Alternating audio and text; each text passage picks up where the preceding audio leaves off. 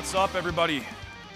All right, this is awesome. I'm super happy to be here because I get to talk to an audience about something that I am super passionate about. I talk about it all the time, but maybe you guys haven't heard some of this stuff. So it's going to be really cool. We only have a short amount of time for me to completely blow your mind and change everything that you do. So I'm going to talk really fast. Hopefully you'll listen fast. What we have here is apparently, I don't know, I want to be in Hawaii or something. I have a theme for today. Anyway, what we're going to talk about is how to build a customer-centric growth engine in 3 easy steps. Now, easy for me to say, not so much necessarily easy for you to do, but that's your problem, not mine. Look, here's the deal. As a customer, just a human person that buys stuff from other companies, I want my life to suck less. That's kind of why I'm so passionate about this. If I can teach you how to make your customers' lives suck less, and also how to make more money at a higher margin, then it's that proverbial win-win that everybody's always talking about. Okay, so that's what I'm gonna do, is help you figure out how to make your customers' lives suck less. And if I do that, you'll get these 4 things that anybody I've ever talked to said that they want. Now, I wanna see a show of hands. How many of you guys want your customers to stay longer, buy more, bring us into other parts of their business, what I call expand internally, or to advocate for us externally? Raise your hands, I want to see that. Who wants those 4 things? All right, the rest of you, there's the door. Because you're in the wrong place, I don't know how to help you. Look, we all want these 4 things from our customers, even if you won't admit it publicly, but we generally just kind of leave these things to chance, which is not cool. If this is so important to us, and it is, and it should be, then let's figure out how to operationalize that. And that's what I'm going to talk about today. So, first of all, we have to define what I call customer success-driven growth. So we're going to lay a little bit of a foundation here for you. I wanted to record a video for you guys to kind of explain customer success, which is the foundation of customer success-driven growth. I, too, have a book, and I decided to use the book. I don't know, it didn't work out the way I thought it would. I probably picked the wrong place to shoot the video. Anyway, let's see how that goes. Customer success is when your customers achieve their desired outcome through their interactions with your company.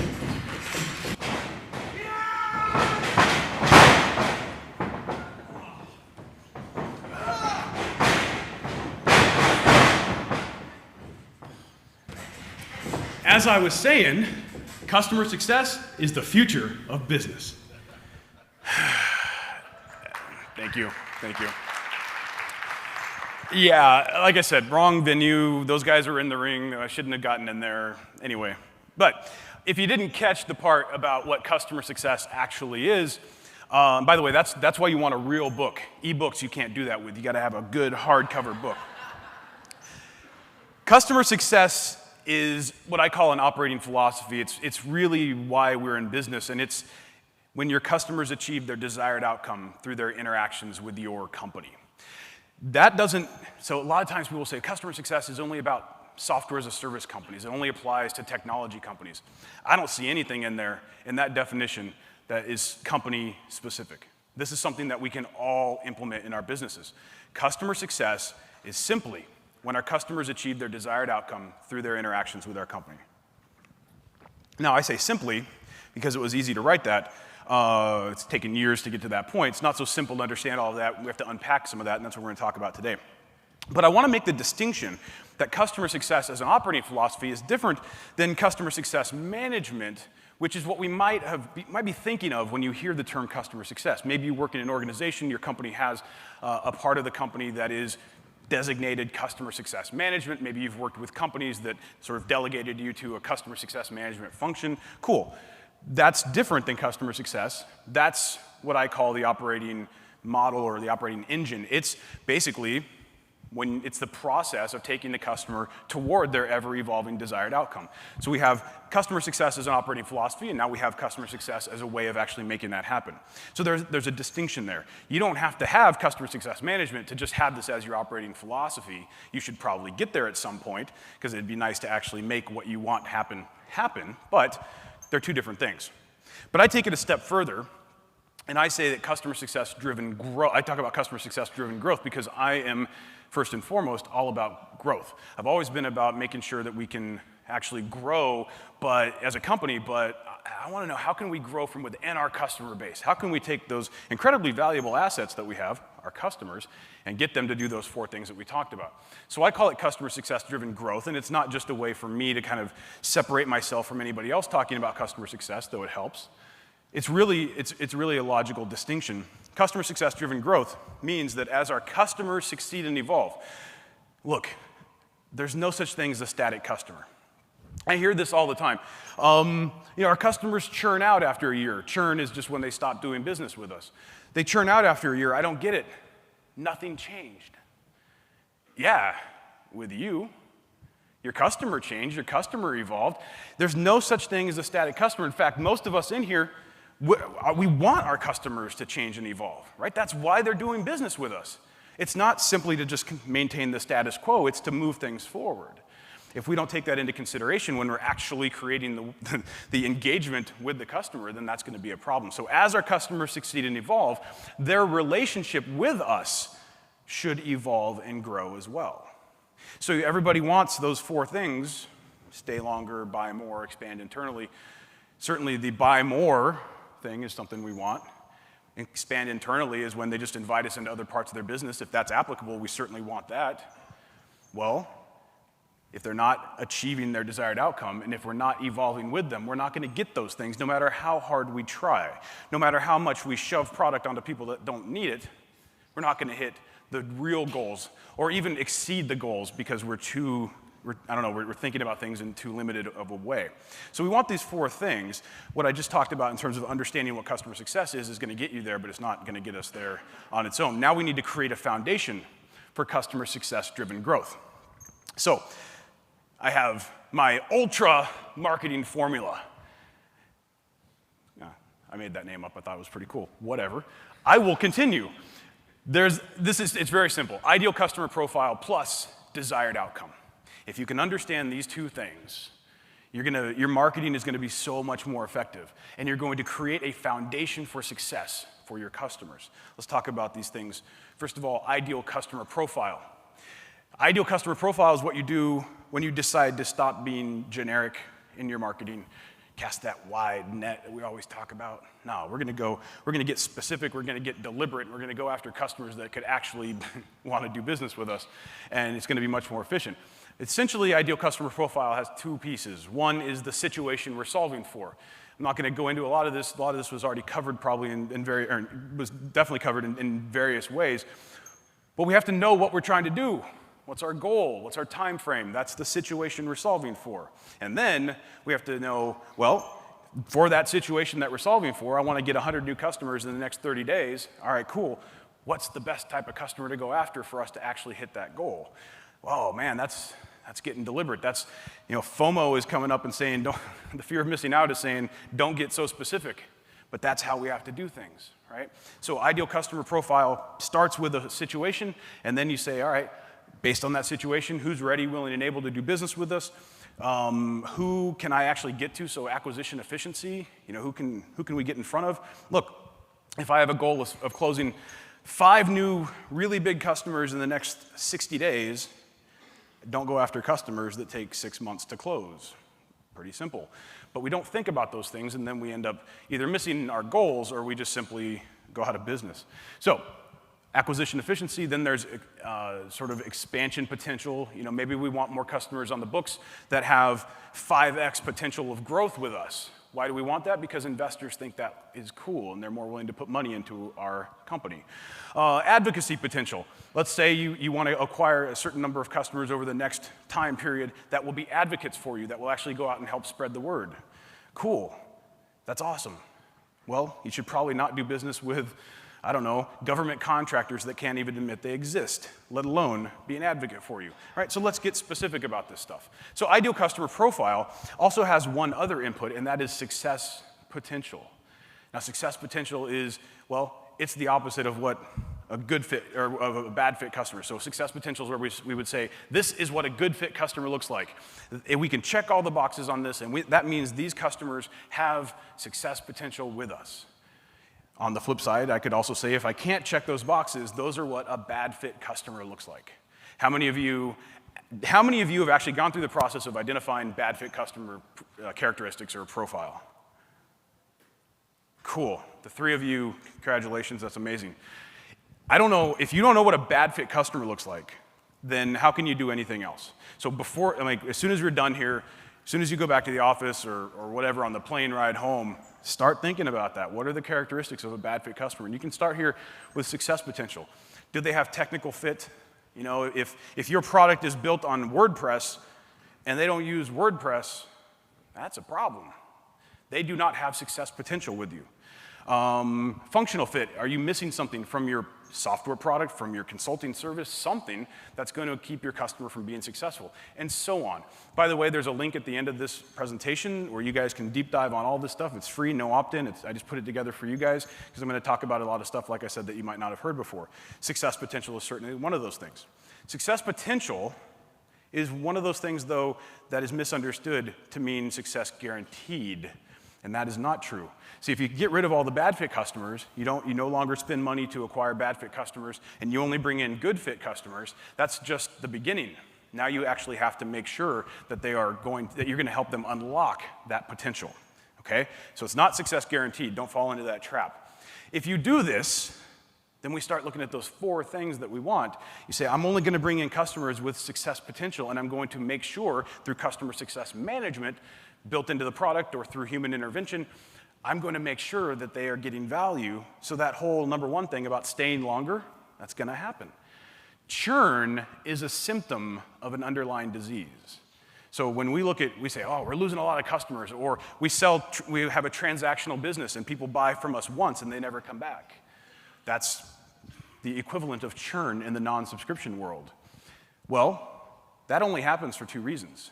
It happens because the customer goes away, they die, or they go out of business, or they don't achieve their desired outcome. That's it. Now, the reason they don't achieve their desired outcome, that varies. It could be because they didn't have success potential in the first place. They were a bad fit customer. You shouldn't have spent money or time or resources or energy in getting them to sign up. They were never going to be successful. Then there's those that have success potential. But we didn't do what was necessary to unlock that potential, so they churned. That's the only 2 reasons why customers churn. If we can get rid of the bad fit, so that we only bring in those with success potential, cool. Now, all of the churn is 100% our fault. Which people don't want to hear, but I tell you, if it's your fault, you can fix it. That's cool. So we have to figure out what it is that they're trying to do. Well, what they're trying to do is achieve their desired outcome. This concept, ladies and gentlemen, is super simple to understand, but could change everything about everything that you do. So, no pressure to really understand this. It's just that potentially transformational. It's simply what your customer needs to achieve, the business outcome, and the way that they need to achieve it. So it's required outcome plus appropriate experience. Required outcome, that's pretty simple. That's the thing that our product or our service does. We probably spend most of our time focused only on that. We've got that down. We're good. We've got all the features and functionality and everything that our customers need. Awesome. How many of you have used a product or consumed a service that gave you everything that you needed? You actually achieved the business goal. The job to be done was complete. But man, just something was missing. Something wasn't right. We had to move on. So that's because that product or that service helped you achieve your required outcome. It just didn't give you an appropriate experience. How many of your customers have had the same experience with you? Here's the thing. If you try to normalize an experience across all of your customers, just try to give them the product and give everybody the same level of service, number 1, you're going to run into scaling issues, but hopefully that's a problem you'll have. You'll actually get to that point. More than anything, you're definitely going to have a lot of churn because you are not giving the appropriate experience to some portion of your customers. Now, maybe you started out just focused on a particular customer segment and you gave them an appropriate experience. You really operationalized around that. And then you went up market, or you went down market, or you went into other verticals. And gosh, those new customer segments, they're just not working out. You know, they suck. I hate those customers. They're just too hard to deal with. Oh, man, it's your fault. You didn't understand that different customer segments have a different appropriate experience. So you tried to normalize across all your customers. Those early ones that you had built this experience around, they're doing just fine. Any customers that are like them are doing just fine. Everybody else is really struggling, but it's on you. And that's okay because we can fix it. We understand that different customer segments all may share the same required outcome, but they have a different appropriate experience. And by the way, why do I call it appropriate experience and not high touch, low touch, tech touch, whatever? I call it appropriate because, well, it's appropriate. I don't know what each customer segment is going to have to experience. It's probably going to be some mix of technology and humans, but the ratio of that human to technology mix is going to be completely dependent upon the customer segment. So when we talk about segmenting our customers, if you're maybe you've said, hey man, we segment our customers. We segment our customers based on what they pay us. Well, if that's what you're doing it wrong. You need to segment based on their appropriate experience. And if you assume someone that pays us a lot of money requires a high-touch experience, I'll tell you right now, your margins are lower than they should be. You're losing money. If you assume that customers that are paying us very little deserve very little in terms of an experience, then that's probably why you have a high churn rate. You're attracting customers for whom you cannot provide an appropriate experience in an economically feasible way. And now you are punishing them because they can't pay you enough, instead of being intellectually honest and saying those are a bad fit customer because we cannot provide the appropriate experience for them. Now maybe we can just ask them to pay us more because maybe our prices are too low. But all of these things are fixable. So everybody that says our churn rate is really high, it's just the market. I guarantee you, the amount of truly unavoidable churn in your market, in your business, is a lot lower than you think. I guarantee that. And it really comes down to all of the things that I'm saying here. So desired outcome, potentially massively transformational. Like I said, there's a little bit more to it, and you can deep dive on that link that I'll give you.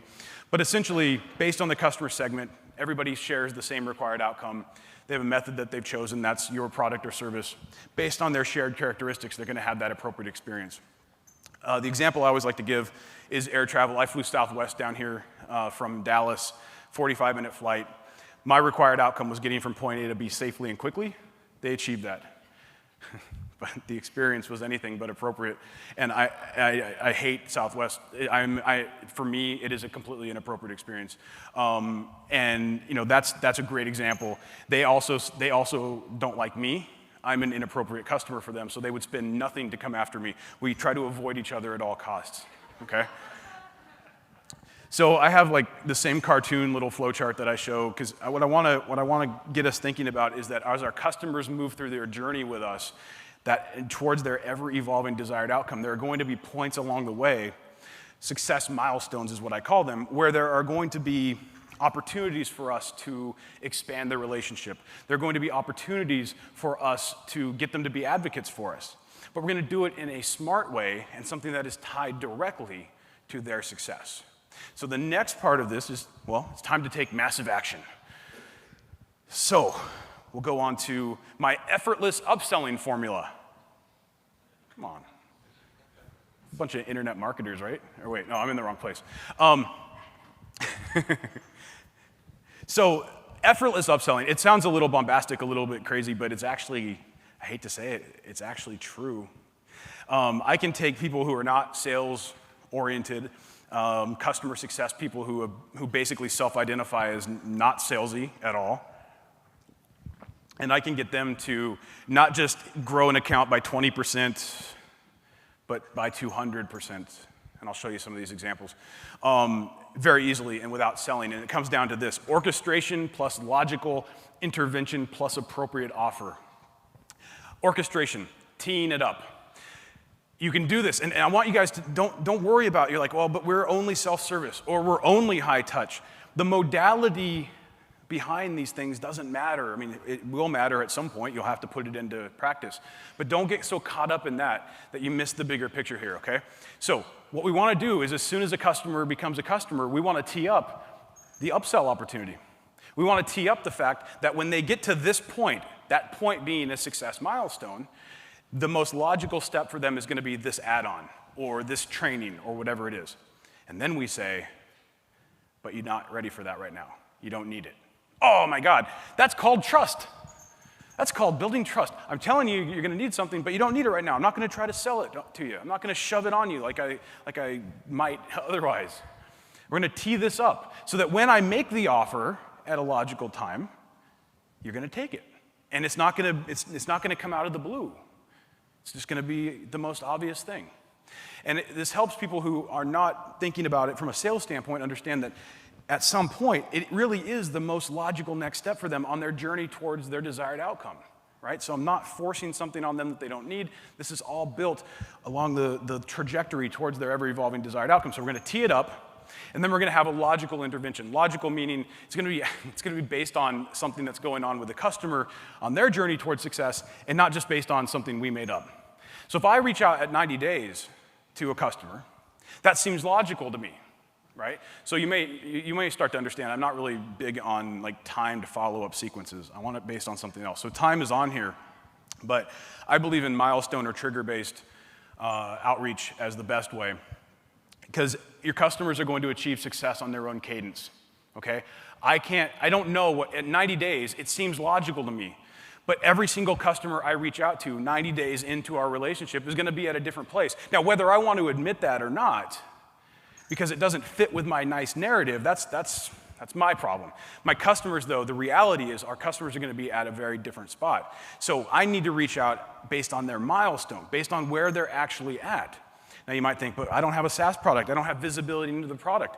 Man, use your imagination. Let's think about this. I bet there are lots of different ways that we can figure out what's going on with our customer, including asking them. Don't hide from your customers. It's amazing what you can accomplish when you actually talk to people.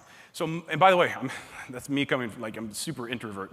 So milestone-based or trigger-based. Trigger-based is maybe I see something going on with the customer inside, maybe some changes in personnel. I see some things going on the outside, maybe in the market, different market conditions, different M&A activity, whatever it is, I'm gonna reach out at that point because I realize that that's gonna be a logical intervention. So based on where they're at or based on something that's going on in their world, really try to get away from just making it based on time. Oh, there's this little cartoon flowchart again. So you can see, you hit a success milestone, there's a logical upsell opportunity associated with it. And then I'm gonna reach out with the appropriate offer. And that could be add-ons, licenses or seats, additional capacity, other things that I could read off this slide. You get the point. The thing is, we need to make sure that it's the right ask.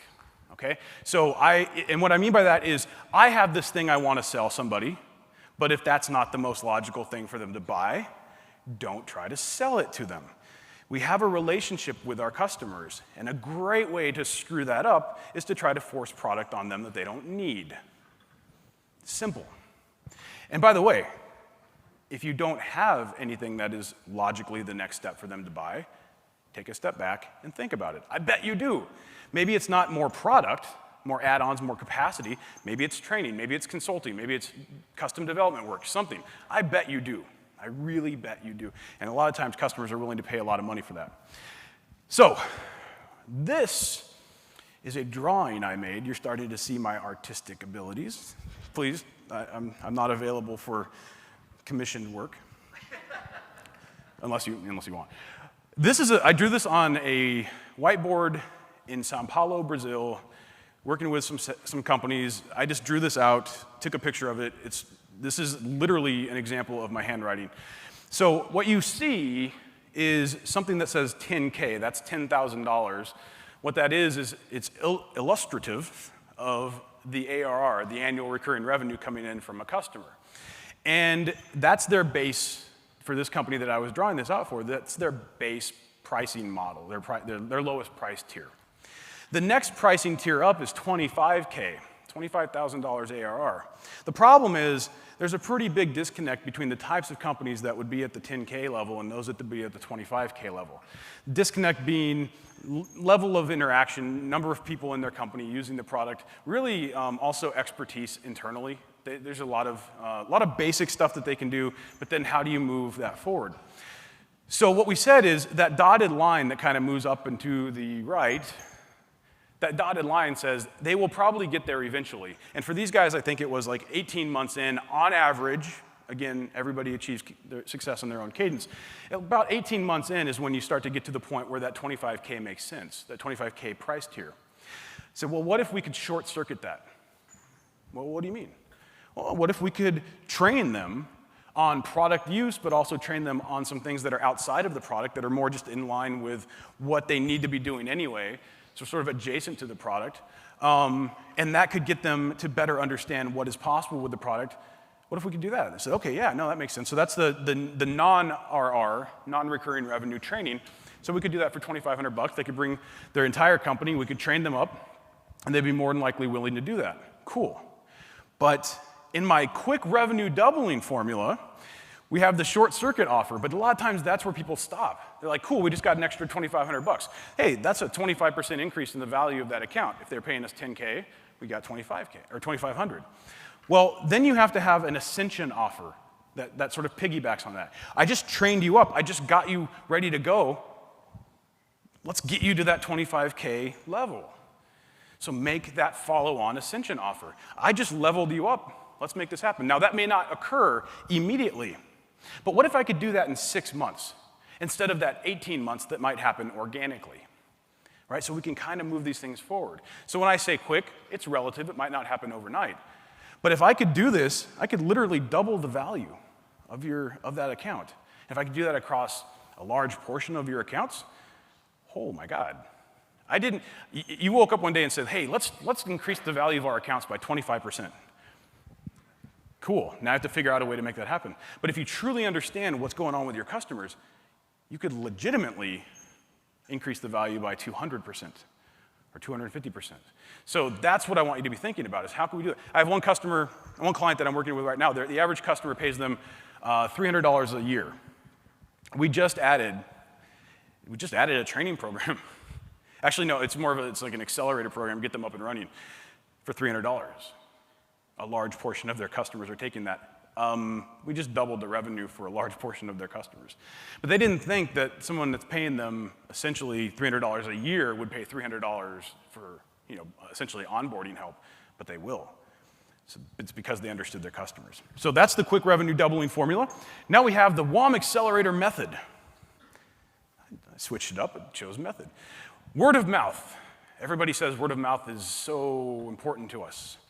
Number one sales channel, number one marketing channel in a lot of cases. And then I like to push back with, okay, so how are you operationalizing it? Oh, well, I mean, we're not. Sometimes we ask people to give us a reference or leave us a review. You're telling me the number one sales and marketing channel in your business is not something you operationalize. Oh, that's a problem. So whether word of mouth is number one for you or it's just important, let's make sure that it happens. So we need to reach out to our customers on the appropriate timing, timing being not necessarily date-based, but literally based on the milestone. And then we need to reach out with an appropriate ask.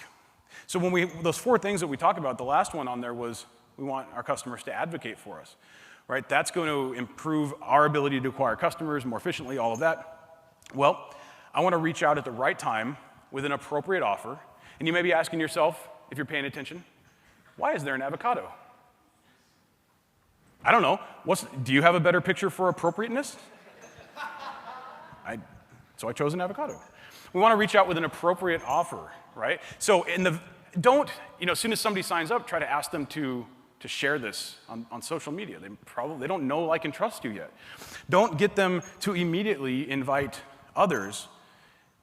They don't know, like, and trust you yet. They're not, in a B2B setting especially, they're not going to invest their political and social capital on bringing your product that they don't already know, like, and trust into their business. You have to really play this carefully. So appropriateness, okay? And then success vector. Then this is something that you can read about on that link that I'll share. Don't ask customers who are not successful or emotionally happy with us, don't ask them to advocate for you. Don't hide from them, reach out, intervene, try to get them back on track, but don't ask them to be an advocate for you. That's probably not going to go very well, okay? So we have to take that into consideration. So appropriate ask, and that ask can grow over time. Initially, I might just ask you to leave a review. Later on, I might want you to be a reference. I might want you to speak at my event, but not right now. And then success vector, are they actually having success with us? Finally, exponential expansion framework. How do we go viral? Look, I don't know that you're going to take your B2B product and go viral in the way that a cat video on YouTube is going to go viral, but I guarantee you there are ways to create that exponential expansion within the product, and what that comes down to infiltrating their network. And there's an article that I wrote on this that you guys that'll link to from that link that I'm going to show you. Essentially, go spend some time with your customers. Watch how they work with people internally, watch how they interact with people externally, and try to figure out how you can inject your product or service into that. So if you're watching and this dude is like taking a screenshot of your report and emailing it to 17 people, try to figure out how to make your product do that so that those 17 people are not relying on Joe coming in the morning and taking a screenshot and emailing it to them. Right? And now you have 17 people in the company who are now dependent on your product. And when Joe says, you know, I don't like this product anymore, I want to rip it out, you have 17 people saying, whoa, whoa, whoa, Joe, hold up. We like that. So there's a lot of things that you can do there. Understand how they interact with everybody, and then timing based on milestone or trigger. Ask them to bring in people, and be prescriptive. And this is the last thing I'm going to say today with you guys. Be prescriptive. So let's say in a free trial, you have a product that is really, it has to have other people to have that sort of internal network effect for them to see the value potential. Here's 2 things I want you to do. Tell them to invite 2 or 3 people. Don't let them invite any more than 2 or 3 people. Why? Because they will immediately, that dude's sleeping, it makes me feel awesome. It will immediately, I just had to say that. It will immediately get them to invite only the people they trust. If you have them invite everybody, then there's going to be some people that they will invite that will actually cause them to have a bad experience. That's one thing. The other thing is, especially this is in a free trial, think about this, but this works no matter what, especially in the early days, is say this. So your micro copy around that would be, invite a couple of people to help you test. To help you test. We want them to use the product. Right? I want you to use the product and get to a point in that free trial where becoming a paying customer is the most logical next step. But from your perspective, you're just here to test. So I'm going to lower that barrier. Invite a couple of people to help you test. Now that means I don't already know, like, and trust this product, but I'm okay with inviting a couple of people because they're just going to help me test. Little things like that. Be prescriptive about this. Understand how humans work. I think it's going to make things a lot easier for you. So again, my name's Lincoln Murphy. This was amazing. You can go to 16ventures.com/CXL. It's a deep dive on all the stuff that I just talked about in the short amount of time that we had together. But thank you so much for your attention. I don't know if we have time for questions. Cool.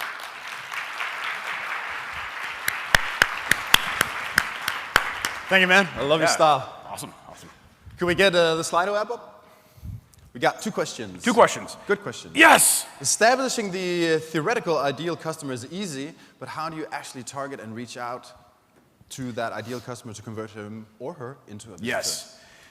There's a thing called a subtweet, where you're basically dissing the person, right? That's like a sub-question. The theoretical and easy, that's why? I just gave you so much energy. Look, I don't think it's theory, or I wouldn't be here. I don't think it's easy. In 30 minutes, I can tell you a couple of things. It's not easy, but it's required. We can cast that wide net. We can try to be all things to everybody. We can let FOMO, the fear of missing out, really dictate how we run our businesses, or we can get deliberate, right? So we can go out and say, like I said in talking about ideal customer profile, this is what we need. This is the situation that we're solving for. Next 90 days, we need 100 customers. Okay, cool. What is the best customer that we can reach out to or that we can get in front of that will allow us to reach that goal in that time frame? Then, from there, you can figure out how to get in front of them. One of the biggest problems in here, who in here is really good at AdWords? That guy, cool. Whatever, or whatever. Pick the marketing modality. Everybody has something they're good at. The problem is, just because you're good at it doesn't mean it's the right thing to use to get in front of the customer. If you identify an ideal customer, you can also start to understand what it's going to take to get in front of them, and you will also understand their desired outcome if you actually follow what I said, and you will understand how to enter the conversation already going on in their mind through whatever modality you've chosen. What the conversation that's going on in their mind is what they need to achieve and how they need to achieve it. If I can understand that and I can figure out how best to get in front of them, then I just cut through all the noise, and I've been very deliberate. So again, to me, not a theory, not easy, but it's something that's absolutely required. And as you do this more and more, it becomes something that is easy. But getting started, the reason it's not easy, I'll leave it with this, is sometimes we just have to get out of our own way and stop sort of the bad habits that we've formed over the years. Literally just having that conversation before I got on stage, it's just like, somebody was like, I don't do paid acquisition. And then I brought up Facebook custom audiences, right? And targeting literally an email list that he already has, and he was like, what? That person wasn't at this event, by the way. But like, he was just so convinced, no more paid acquisition. I'm like, that is ridiculous, right? So we gotta get out of our own way, keep up with things, understand who your customers are, and understand what it's gonna take to get in front of them. That's it. Cool. Thank you so much. Absolutely, man. Thank you, guys.